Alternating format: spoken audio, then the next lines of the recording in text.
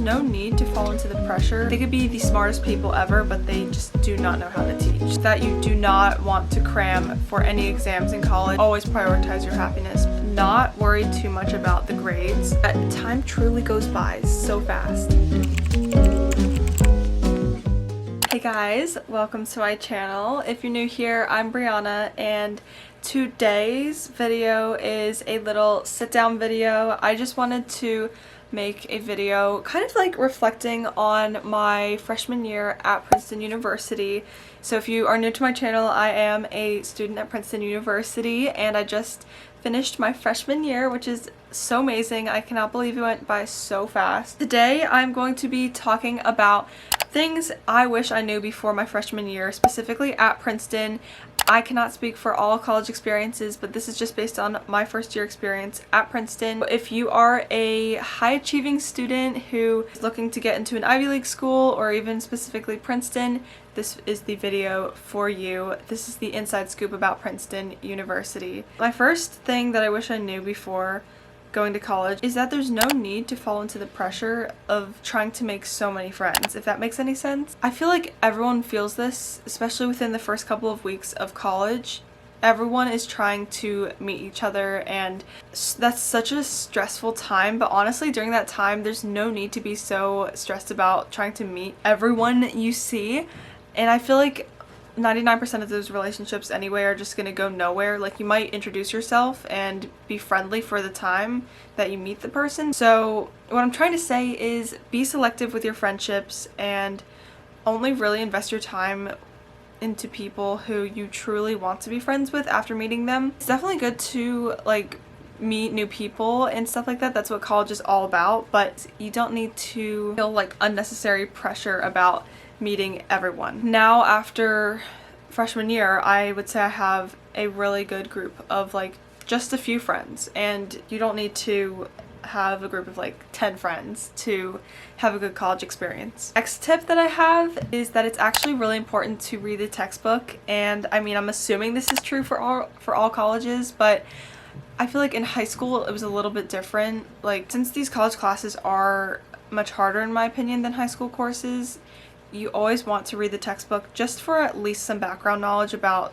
whatever topic you're going to be learning right before you go and learn it from the professor, because some professors honestly don't know how to teach that well. They could be the smartest people ever, but they just do not know how to teach. So it's good to go and read the textbook first. Also, going along with that, you do not want to cram for any exams in college. It is different from high school.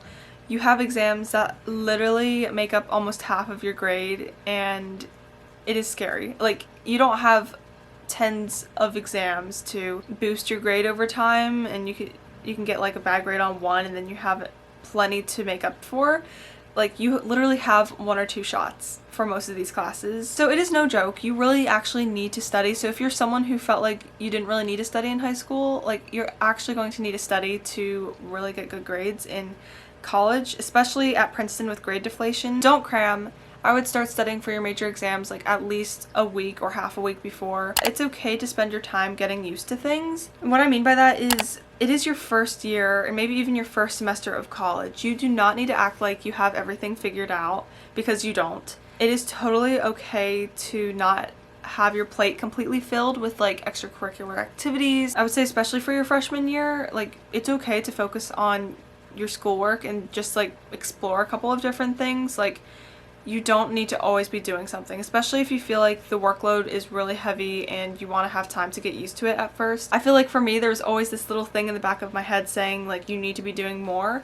But that's not necessarily true. Everyone knows that your freshman year is time for you to just adjust to things, because let's face it, college is a hard adjustment. Like, it's not going to be easy for anybody, and it takes time. It seriously does take time, like even just being in a new environment. Something else that I learned, I guess I reinforced it in myself, that it is okay to ask for help when you need it. I feel like so many people need to remember that, especially people at Princeton, because it's so easy to fall into like this mindset that you're not good enough for where you are, especially with all the competition. Like, there's always just this, like, you could feel the competition around you wherever you are on campus. Sometimes it is not healthy competition, I must admit. So yeah, there are lots of great resources at Princeton, like the McGraw Center and places like that, and even just your professor's office hours whenever you feel like you're struggling and need clarification. I've definitely made use of a couple of my professor's office hours. I feel like they are really helpful, but honestly, you just have to try it out. Like, just go to one of, like, a tutoring event or your professor's office hours and just see if it's worth it, because you never know unless you actually try. I found that it's so helpful to get together with a couple people from your class, even if you don't even know them that well, forming a study group, or just like get their number in case you have any questions about the problem set or something, because there's going to be times where you're like doing a piece set and you don't really know if this is the right answer. They try to make these problem sets so difficult for whatever reason, so you want to have people that you can rely on to ask and just like compare your work, not copy their work, but just like ask them. And I feel like office hours is a great time to do that, especially if it's like group office hours, because you can meet new people there and work on the same things. But everyone's different. I personally like to study more individually. Another thing I learned is that eating alone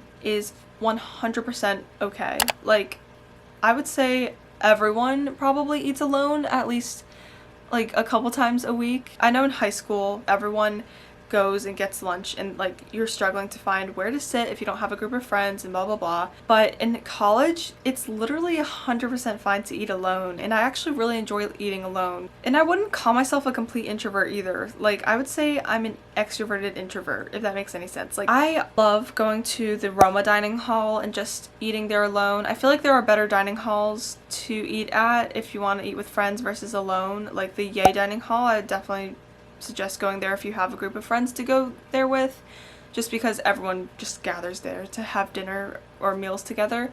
But I would say so many people just get lunch alone because everyone's schedule is different and it's not like you have one set time for lunch. Next thing I learned is it is so important. I didn't realize how important this was, but you need to make your dorm room your second home. Like, in order to have a good experience in college, I feel like that is so necessary. At least just bring a couple of things that are really meaningful to you to your dorm. It doesn't matter if you have a roommate. Like, I know I had a single room, so it was really easy for me to just make it however I wanted, but if you have a roommate, you could still completely customize your side of the room. Don't be afraid to go all out, make it your best, and just remember that you're going to be living there for a whole year. So especially as someone who loves to study in their room, and I feel like I spend so much of my time in my dorm room. Yeah, go check out my dorm room video for some inspiration if you want.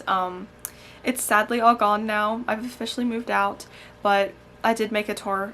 And I'm also going to make a dorm essentials video, so that's why I'm not talking too much about like what to bring to your dorm room, but in that video, whenever I make it, which is very soon, I will go over literally everything you need to have. Something else that I really want to share is to prioritize your happiness, and always prioritize your happiness, because ever since mid high school I feel like I've struggled with finding time to prioritize my happiness. I feel like it's so easy to just get caught up in all the work you have to do and just feel like there's an endless amount of work that you have to do, and it just like always keeps piling it up. You're going to have more freedom in your schedule. Like, you're not going to have a 7 or 8 hour day at school.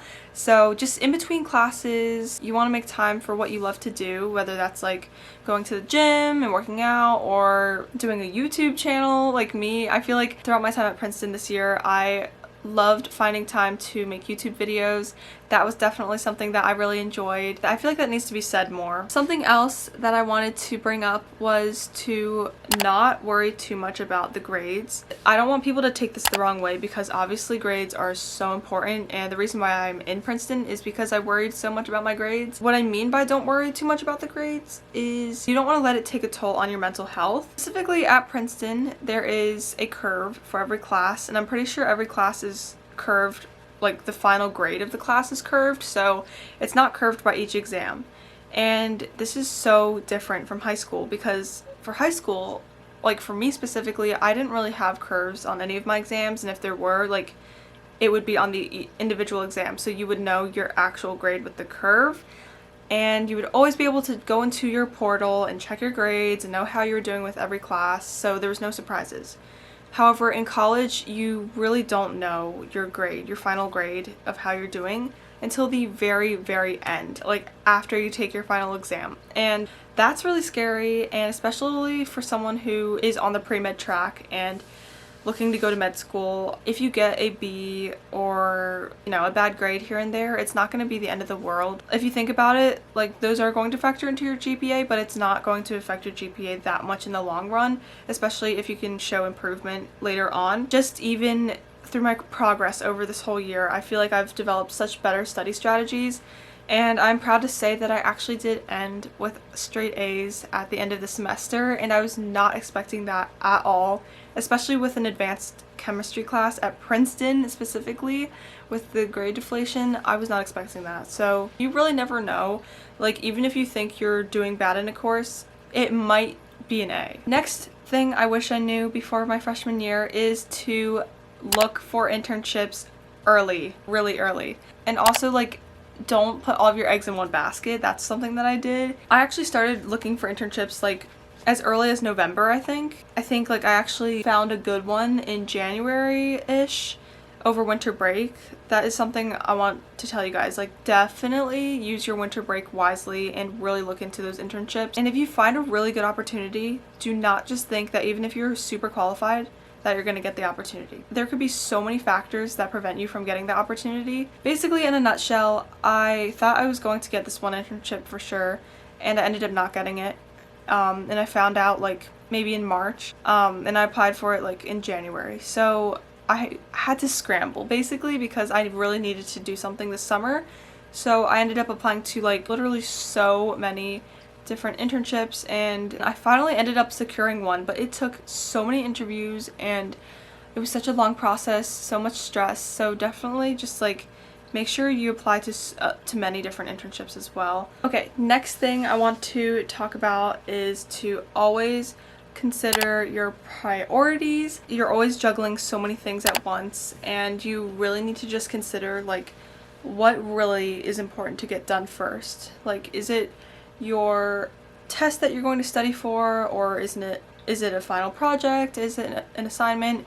Or is it not that? Is it something not academic related? It's important to not get lost and not get overwhelmed, and to do that you want to prioritize things. I think especially during finals week, it's so easy to get overwhelmed, so what you really need to do is plan out daily like what tasks you want to accomplish. Another point to make is that everyone is struggling, even if it doesn't seem like it. I feel like people are so good at hiding their struggles and putting on a mask or a face that everything is going fine when actually it's not. And it's so comforting to know that, especially when people start talking about it like during study groups. That's also something I learned. Like, you always have to remind yourself that, or else you're going to lose track of where you're meant to be and what you're supposed to be doing to achieve your goals. If you're going to be on YouTube, don't just doom scroll. Like, you want to find YouTube channels that really resonate with you, and what I really love is finding people who are on similar paths as me. So people who are going to med school, who are in college right now. It doesn't have to be at your college, but just like people who have the same goals in mind as you, and who are like older than you and can speak to those goals and give you advice on how to accomplish those goals and put you in the right mindset. Do not bring your whole closet to college. I don't care if you feel like you really need all those clothes. You really don't. Like, you really, really don't. And you probably don't even have that much space to put in everything. For me, I literally try to stuff everything in my room, like under my bed, in my wardrobe, just everywhere. And trust me, it's not necessary. 99% of the time, it is going to be super cold at college, and those first few weeks though, they were very hot, especially without air conditioning, but after those weeks, it is going to be pretty cold. Okay, another tip I have is, in order to prevent procrastination, and especially if you really need to be doing work and you just have this huge list of things to do and you feel like you want to procrastinate, what you need to do is pop in your AirPods, or even just play like music from your computer. Type in like study music. It could be on YouTube. It doesn't have to be on Spotify. Listen to some lo-fi music in the background. I know not everyone likes studying to music, especially if you're like reading something, but even that music, I feel like that's a really nice background music that you could just read to and just concentrate. It keeps you off your phone and it just keeps you busy. You're not going to feel the urge as much to get your phone and scroll on social media. Going along with that, you want to make sure you're always prioritizing your physical wellness as well. Take frequent breaks between studying and your classes just to even walk around campus if you want, but I like to go to work out at Dillon Gym. Towards the end of my second semester, I actually started just working out in my room because I found it was a more convenient time for me to just do it after everything and like right before I took a shower and went to bed. So you could literally work out in your room. I got an aloe yoga mat and just did all of my home exercises on that, following along to YouTube videos. So relationships take effort. Yeah, I really haven't talked about relationships that much in college, but they really do take effort, and probably more than you realize. It is so easy to just stay in your room all day, especially if you make friends that are like in other residential colleges or other dorms and you don't really see them that often. And you don't really have many classes with them.